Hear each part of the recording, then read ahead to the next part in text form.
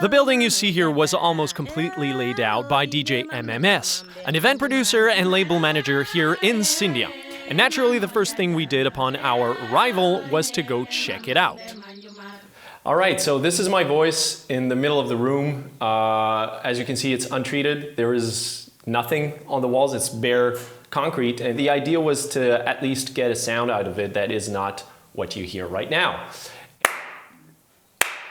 It's pretty live. It's pretty live. So we sat down and started heated discussions over realistic acoustical solutions with the help of MMS, who was getting information on material availability and cost. Note that gesturing is a very important part of this process. We also strategized around free or inexpensive alternatives like using old tires, used mattresses, plastic buckets, sand, cinder blocks, and whatnot. But clearly our biggest challenge was going to be right here in the corner.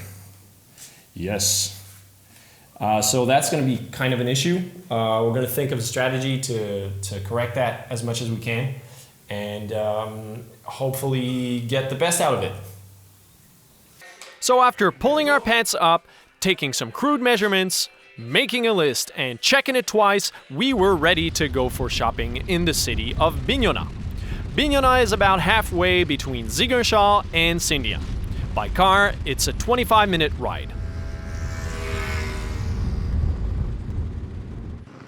First stop, the wood shop. We needed wood to finish the ceiling, to hold our corner traps, hold the diffusers, and build a door, since it was half the price of buying a ready-to-install prefabricated one. So we chose some boards to be cut in smaller studs for a total price of $20. We gave up on our search for mattresses since people here use them up to the point of absolute oblivion. Here's one that is still being slept on, even though it looks like it belongs in the garbage. So the next option was to go buy it new. Now kids, don't try this at home. Needless to say that this pretty blue foam is inconsistent in frequency response and far from the beloved Corning 703. However, we need to work with what's available. Plus, it's pretty firm, so it's easy to install without having to frame it. The price, $30. Then, we went to a fabric market at the end of an alley full of colorful tacky motifs, where MMS chose a pattern that wouldn't seem out of place in my grandma's kitchen. We ended up taking 7 meters of it, which is enough to cover the whole ceiling and all 3 absorbers. Total price, $15. Finally, we hit the hardware store where we picked up some glue, some iron wire, and a thick veneer for the door. All that for about $30. Then, everything was loaded up on top of a bus that was making the trip back to Sindia later that day. It would have never survived the torture of the car's trunk, especially with MMS behind the wheel, who took the opportunity to learn how to drive a stick shift for the first time.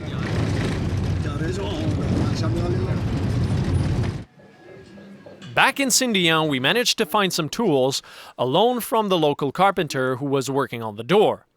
Then we started cutting the foam to our desired size.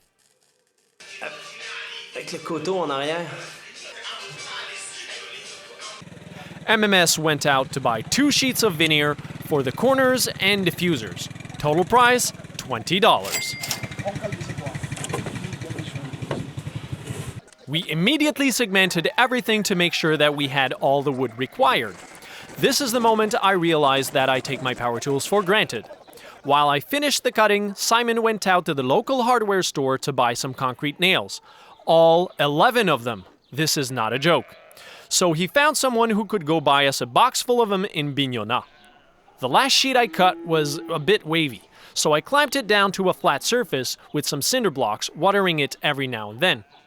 We used the same technique to have the exact opposite effect on the diffusers, which we soaked and forced into a curve.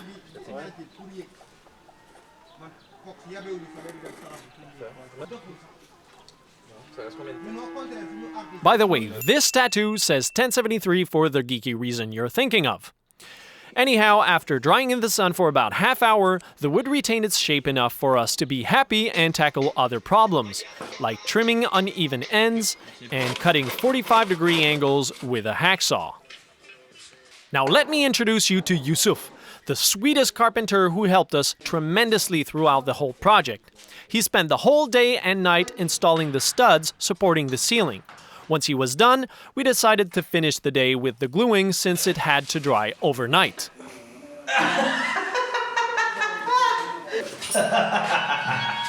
Yeah. Unfortunately, we had to tell the kids to leave, since the fumes would have most likely permanently affected their cognitive abilities. And so we proceeded to, one by one, stick the ever-so-popular egg cartons behind the broadband absorbers. Yeah, le premier posé. We managed to find 100 of them in Ziguinchor via a contact who sold them to us for a hefty $20.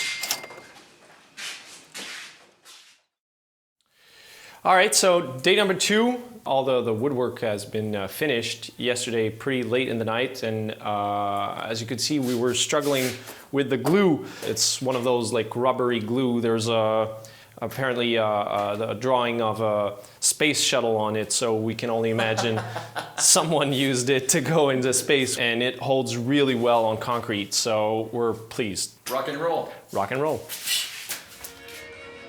Oh.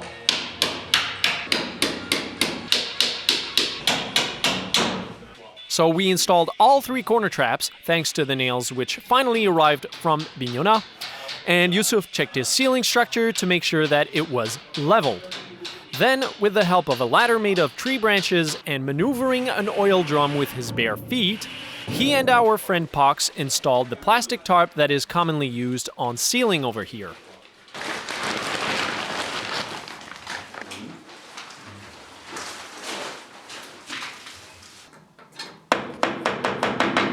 Then, the fabric was installed, which provided a nice finishing touch and a soft dampening of the acoustics. By the end of the day, we were able to seal the bottom part of each trap with silicone in order to prevent the filling from spilling, you know? By the way, this tattoo notes out the ending to Hey Jude by the Beatles. Finally, we glued the rest of the egg cartons on the opposing wall. Everyone had to help because we were evidently contemplating the fact that this would take forever, and the indubitably dangerous fumes would shave at least a decade off our life expectancy. The price of the extra glue and silicone, $20.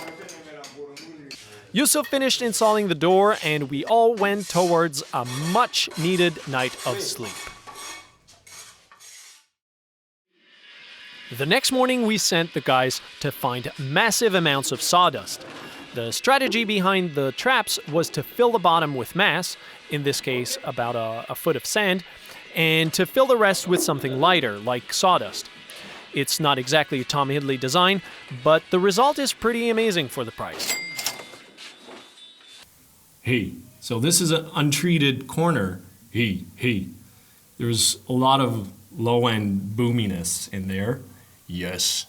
And on the other side is the corner that is with the veneer, but no filling.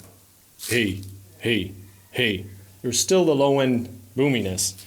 And then here's the one we filled with sand in the bottom and wood dust in the on the top and here. Hey.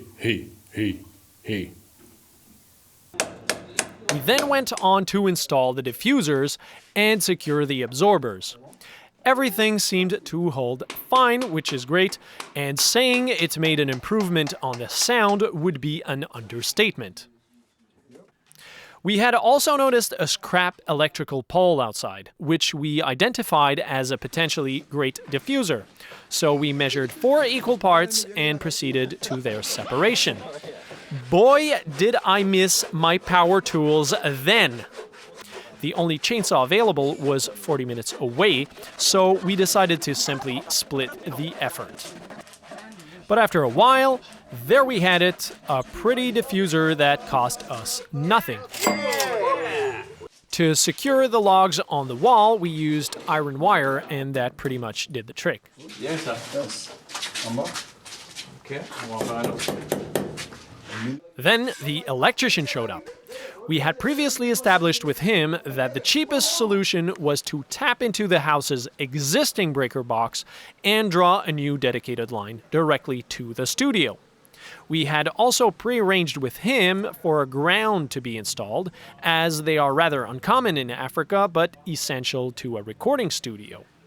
Switches and lights got installed and everything was wired up together using electrical tape.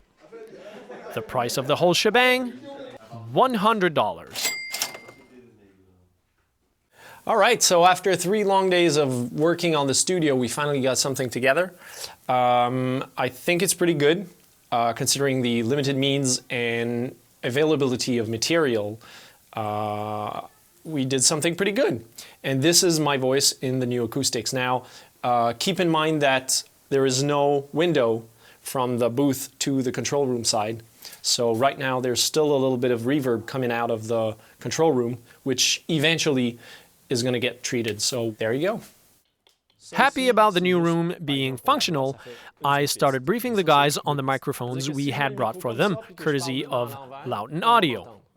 Ici, même chose. De ce côté-là, c'est neutre. De ce côté-là, on va couper les hautes fréquences.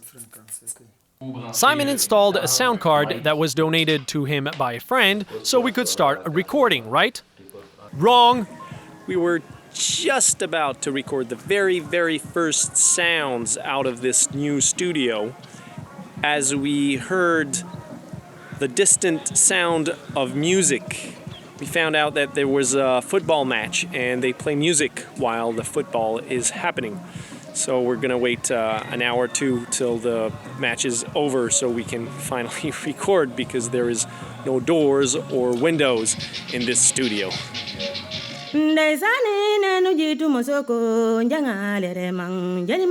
Obviously, the party never stopped. It went on late into the night, so we ended up recording a whole bunch of nothing.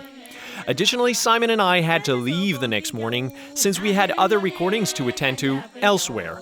So we let them experiment with the studio on their own until our return to Sindia a week later.